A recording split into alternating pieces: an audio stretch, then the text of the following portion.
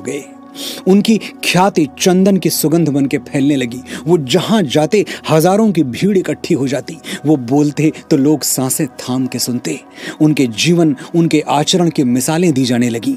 सम्राट हो या निर्धन, शहरी हो या ग्रामीण, शिक्षित हो या निरक्षर, धीरे धीरे पूरा आर्यावर्त भगवान बुद्ध के चरणों में साष्टांग दंडवत हो गया।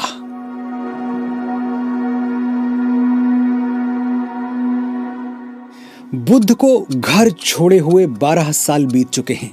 वो हर रोज की तरह एक दिन भिक्षा मांगने निकले और लुम्बिनी आ पहुंचे।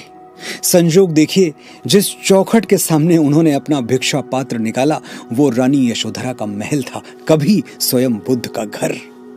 कहते हैं बुद्ध ने भिक्षा मांगी तो द्वारपालों ने कहा, अंदर आ जाइए भंते, महारानी आपको भिक्षा प्रदान करेगी। बुद्ध के मन में जब से पूर्णिमा का चंद्रमा उगा, उनके लिए संसार की हर स्त्री मां हो चुकी थी। जैसे महामाया, जैसे महाप्रजापति गौतमी, वैसे ही यशोधरा। वो एक भी पल गंवाए बिना महल के अंदर चले गई। कहते हैं रानी यशोधरा उस समय राहुल को खाना खिला रही थी।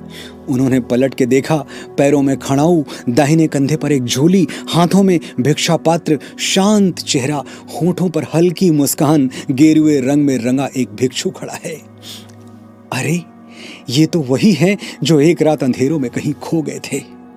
अपने पति का ये रूप देखकर यशोधरा फपक फपक के रो पड़ी। स्वामी, कहां चले गए थे आप?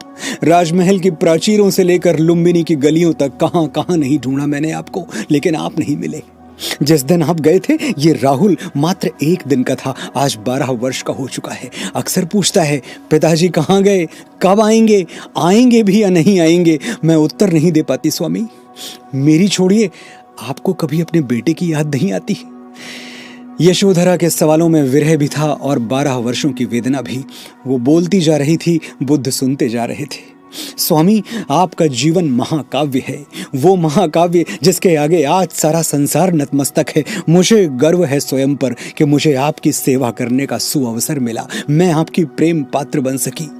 लेकिन मन के खंडहर में एक कसक, एक टीस आज भी चीखती है, आप चोरी छुपे क्यों गए? मुझे बताया क्यों नहीं? क्या मैं आपकी राह रोक लेती? क्या मैं आपको जाने नहीं देती? और अगर आपको लगता है कि मैं आपके पैरों में अपने प्रेम की जंजीरें डाल देती तो आपने मुझे पहचाना ही नहीं स्वामी। मैं छत्राणी हूं, अपने पति और बेटों को तिलक लगाकर रणभूमि में भेजने वाली छत्राणी, प्रेम और त्याग दोनों में निपुण।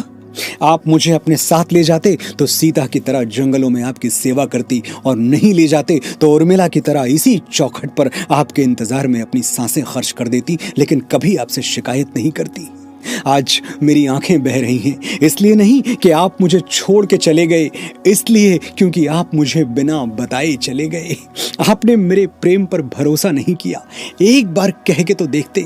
आप जीवन का सच जानने जा रहे थे स्वामी। मैं आपकी राह का एक एक पत्थर अपनी पलकों से हटा देती, आपके कपड़े, आपके चीवर एक पोटली में बांध देती, माथे पर कुमकुम केसर का टीका लगाकर विदा करती मैं आपको।